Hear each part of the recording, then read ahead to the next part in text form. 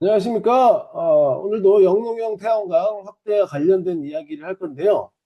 여기 제목에서 보듯이 영농형 태양광은 확대하지만 농사를 포기하면 강력하게 제재한다. 이런 내용이 현실성이 있느냐에 대해서 제 의견을 말해 보려는데 결론은 현실성이 별로 없다. 말만 들으면은 정말로 강력하게 통제를 하면서 이거 뭐 외지인이나 투기업자들 또는 태양광 업자들의 어떤 판이 되지 않도록 세심하게 준비하는구나 라고 생각할 수도 있지만 현실적으로 그렇지 않아 보입니다. 지금 여기서 보면은 태양광 설치 이후에 영농을 하지 않는 행위에 대해서 강도 높은 제재 조치를 마련하라 이런 얘기가 있어요. 여기 보면은 어, 농사 소출 예상 금액의 3배의 과징금을 부과한다. 뭐 이런 식으로죠.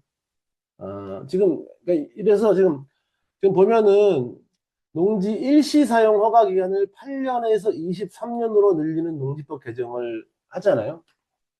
그러니까 이게 사실은 핵심적으로 태양광 업계에서 요구하던 내용이에요. 그러니까 8년만 사용하고 영농형 태양광을 철거해야 한다면 이거 사실은 설치 비용의 원리금 갚는 기간밖에 안 되거든요. 그러니까 23년으로 늘려야 수익성이 생긴다라는 요구를 줄기차게 해왔는데 이것을 통과시켜 주면서 영농형 태양광이 말 그대로 농사를 지으면서 태양광을 하게끔 하게 하기 위해서 농사 포기 때는 강력하게 제재를 할 거니까 안심해라 이런 얘기거든요. 근데 제가 봤을 때 이것이 현실성이 없는 이유는 뭐냐면 이게 지금 저희 입구 읍내로 들어가는 가장 큰 사거리에 걸려 있는 현수막이에요. 이게 보이시죠? 태양광 허가난 땅 고가 매입. 이렇게 되어 있어요. 지금 이런 것이 시골의 현 실정이에요. 이 태양광이라는 것이 하나의 투기 수단으로 되어서 이걸 통해서 땅값을 올리고 또는 이것을 땅을 비싸게 매매할 수 있는 수단이 된다라는 것이 지금 이 현수막이 버젓이 붙어 있는 것을 통해서 나오고 있거든요. 또 하나 보시겠습니다. 여기 보면은 여기 또 뭐가 있죠? 아, 여기를 보면은 지금 이 LH 투기 사태에 대해서 이게 지금 작년 5월 기사죠. 그때 LH 엄청나게 문제가 됐잖아요. 그런데 다 무죄가 나왔다는 거예요. 심지어 그때 파면받아서 안 준 월급까지 다시 물어줘야 되는 판이 되어 있어요. 이게 지금 우리나라가 가지고 있는 현실이에요. 우리나라는 명백하게 비농업인의 농지 소유를 금지하고 농지 투기에 대해서 나름 엄격하게 처벌하는 규정들은 가지고 있습니다. 그런데 그 규정들이 현실에서는 이런 식으로 적용된다는 겁니다. 제가 저번 방송에도 얘기했듯이 사실 우리나라 법 자체에 이런 농지 투기를 방지하는 조항이 없는 것이 아닙니다. 있지만 투기가 성행하는 것이 현실이라는 거거든요. 그래서 그때 제가 제시했던 것은 이 가짜 농업인들을 명확하게 골라낼 수 있는 실거주, 실경작 기준을 꼼꼼하게 확인하는 주민참여형 확인 제도를 통해서 상시적으로 가짜 농업인을 속아낼 수 있는 그런 행정적 처분만 가지고도 이런 투기를 상당 부분 막아낼 수가 있다고 저는 보거든요.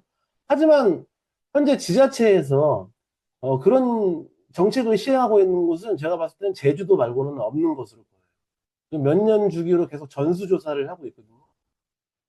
우리나라에서도 뭐 이런 신규 신규 농지 취득에 대해서 농지 취득 자격증명 같은 거를 받아야 되고 또 이 사람이 제대로 된 자격이 있는지 없는지 뭐 저번에 LH 투기 이후로 뭐 농지위원회를 지역마다 만들어서 제대로 검사하겠다 이런 얘기를 하지만 여전히 똑같은 일이 아직까지도 벌어지고 있거든요. 그러니까 이런 현실에서 봤을 때, 그러니까 지금 뭐 농사를 안 지으면 강력하게 뭐 과징금을 부과한다든지 이런 식의 제재 조치들이 현실에서 얼마나 행정적으로 집행되고 꼼꼼하게 처리가 될지에 대해서 저는 아까 보여드렸던 그런 사진처럼 아까 보여드렸죠. 이런 일들이 벌어지지 않으리라는 보장이 없다.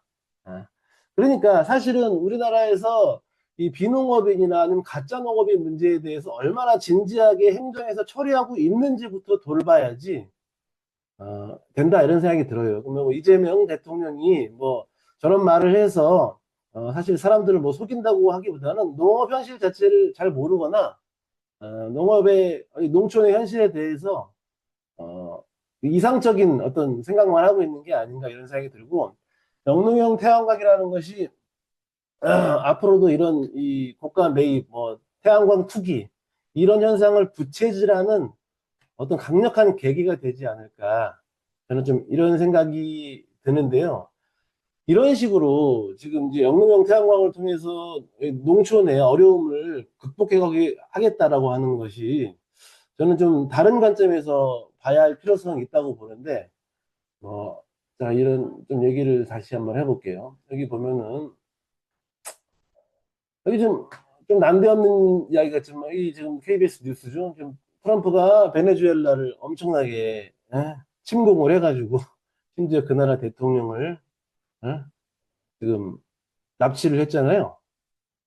여기서 보면은, 여기 이 트럼프가 이 서반구, 즉, 남미, 북미, 중미, 아메리카 대륙 전체를 장악하겠다라고 하는 이 노골적인 의지를 지금 보이고 있어요. 어, 이게 지금 어떤 문제를 일으키냐면은, 이전에도 지금 보호무역 체계가 사실상 본격화되었다라고 이야기를 하잖아요. 보호무역 체계에서는 이 농지가 그러니까 전 세계적으로 주요 농산물 수출국 중심으로 값싼 농산물을 쉽게 수입할 수 있는 시스템이 이제 곧 무너진다. 그런 시대는 이제 간다. 이런 것을 보여준다고 저는 생각을 하거든요. 그런 의미에서 시대의 변화에 발맞춰 어떤 기본적인 가격 경쟁력이나 이런 것만 가지고 농사를 굳이 많이 지을 필요가 있네, 없네, 이럴 게 아니라, 기본적인 이 농업을 식량 자급 수준으로 제대로 유지하기 위해서 우리가 어떻게 노력을 할 것인가의 관점에서 농업 정책을 출발해야 한다고 보는 거예요. 지금 보면 이게 지금 중국이거든요.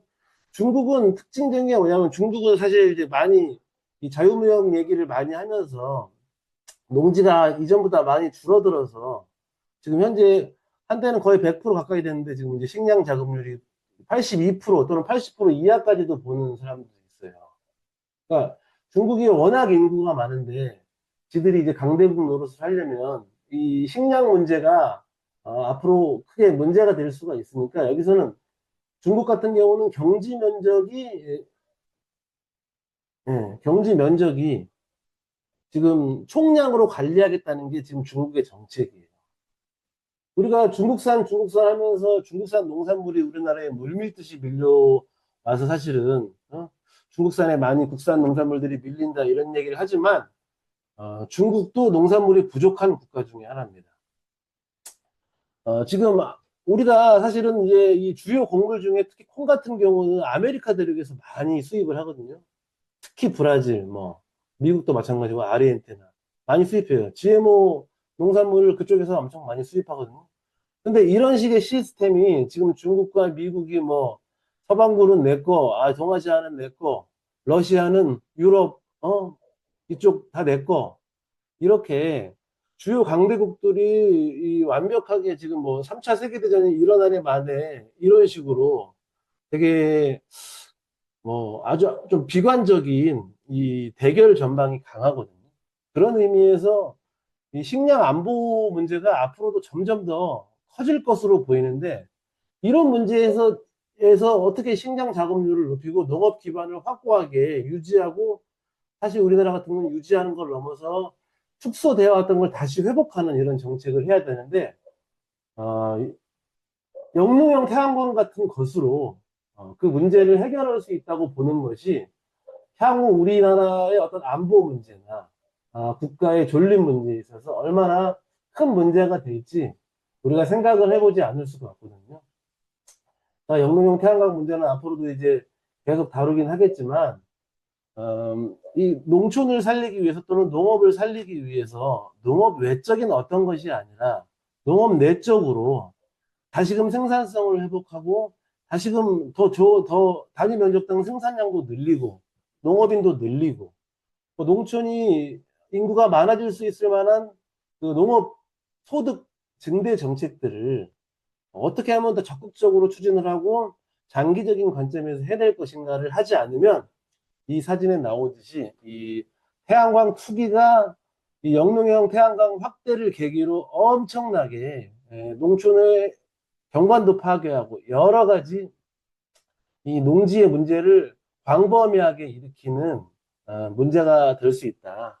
그런 점에서 이 영농형 태양광 정책에 대해서 이상적인 어떤 이 정책과 통제 장치들을 도입하면 큰 문제가 되지 않을 수 있다라고 하는 이런 아니라는 생각에 대해서 우리가 다시 한번 생각해 볼 때가 아닌가 하는 말씀을 드립니다. 오늘 방송은 여기서 마치도록 하겠습니다.